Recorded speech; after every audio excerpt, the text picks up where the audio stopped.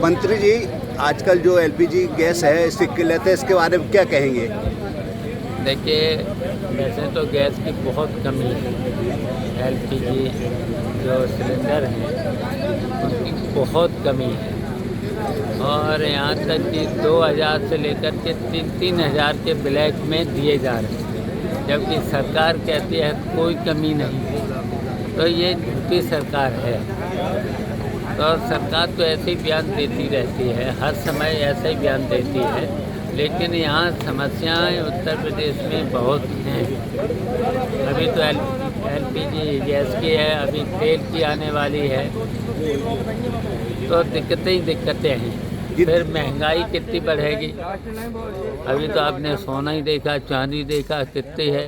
अभी तो हर वस्तु तो बहुत महंगाई होगी, तो प्रदेश जनता महंगाई की चपेट में शुरू हो गई है। इस सरकार को सही आज चाय लखनऊ में जो 15 रुपए की चाय थी, आज 30 रुपए की कप में हो गई। आज नगर में 10 रुपए की थी तो वो 15 रुपए की हो गई, तो और बढ़ेंगे दाम। सरकार को क्या करना चाहिए सर ये एलपीजी के लिए? देखिए, सरकार जब कह रही है, जब ये कह रही है कि कोई कमी नहीं है, तो 2000-3000 के ब्लैक में कैसे बेचे जा रहे हैं? कमी तो झूठी सरकार है, झूठी है, बेईमान है, भ्रष्ट है सरकार।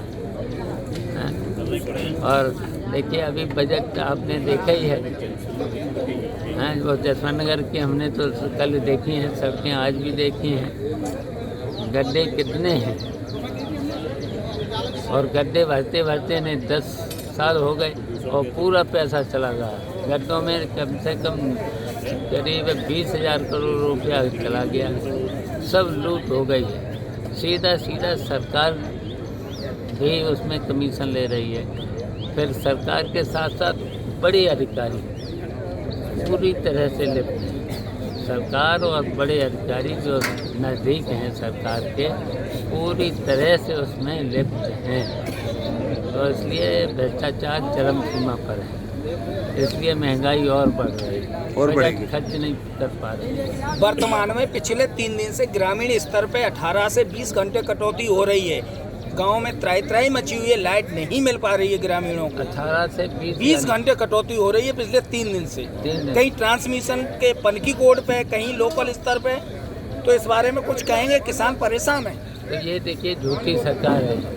मैंने विधानसभा में भी कहा था, आपने आया ही होगा, मैंने कहा 10 घंटे तब बहुत ज़रूरत थी, किसान को भी ज़रूरत थी, एग्ज़ाम भी लड़कों के चल रहे हैं। तो मैंने कहा 10 घंटे दिन में दे दो, 10 घंटे रात को दे दो बिजली। कहा था 20 घंटे कम से कम दे दो। ये वादा करने में 24 घंटे दे रहे हैं और 6 घंटे 8 घंटे से ज़्यादा कहीं बिजली दे नहीं रहे। और बिजली के साथ साथ छापे अलग पड़ रहे हैं। छापे, फिर सेटिंग होती है, सेटिंग के बाद FIR होती है, FIR के बाद फिर जान ही रहे क्या क्या जनता पर। और वर्तमान में जो ये युद्ध चल रहा है, उस बारे में देश के हालात आए दिन गंभीर होते जा रहे हैं। इस बारे में सरकार को कुछ सोचना चाहिए, नहीं सोचना चाहिए? देखिए, समाजवादी पार्टी हमेशा युद्ध के खिलाफ रही, युद्ध नहीं होना चाहिए। लेकिन ये देखिए, विदेश नीति इतनी अपने देश की खराब हो रही है, अब दूसरे देश विदेश नीति पे निर्णय लेंगे, उनके सारे पे विदेश नीति चलेगी। इसीलिए ये सब कुछ आपके सामने है। अब आगे युद्ध के खिलाफ हैं। अब आगे 19 तारीख की ईद है, उसके बाद आप एक बधाई संदेश में क्या कहना चाहेंगे? हमारे मुस्लिम भाइयों के लिए, हम लोगों के लिए क्या संदेश है? देखिए, सही बात तो ये है, सब लोग अब की बार, बेईमान सरकार तो है ही, इलेक्शन में भी बेईमानी करती है, हर जगह ये बेईमानी करती है, झूठ बोलती है। तो ये झूठी सरकार है और बेईमान सरकार है, भ्रष्ट सरकार है। अब की बार सब लोग एक होकर, हम अपने लोगों से यही कह रहे हैं कि सब लोग जिन्हें कोई नहीं पूछता है, वहाँ भी जाएं, गली मोहल्ले में जाएं, गरीब आदमी से जाएं। अब किसान तो है ही, अब आलू का बोरा 100 रुपया बिक रहा है, आलू का बोरा, और कोई ये कभी खरीदते नहीं।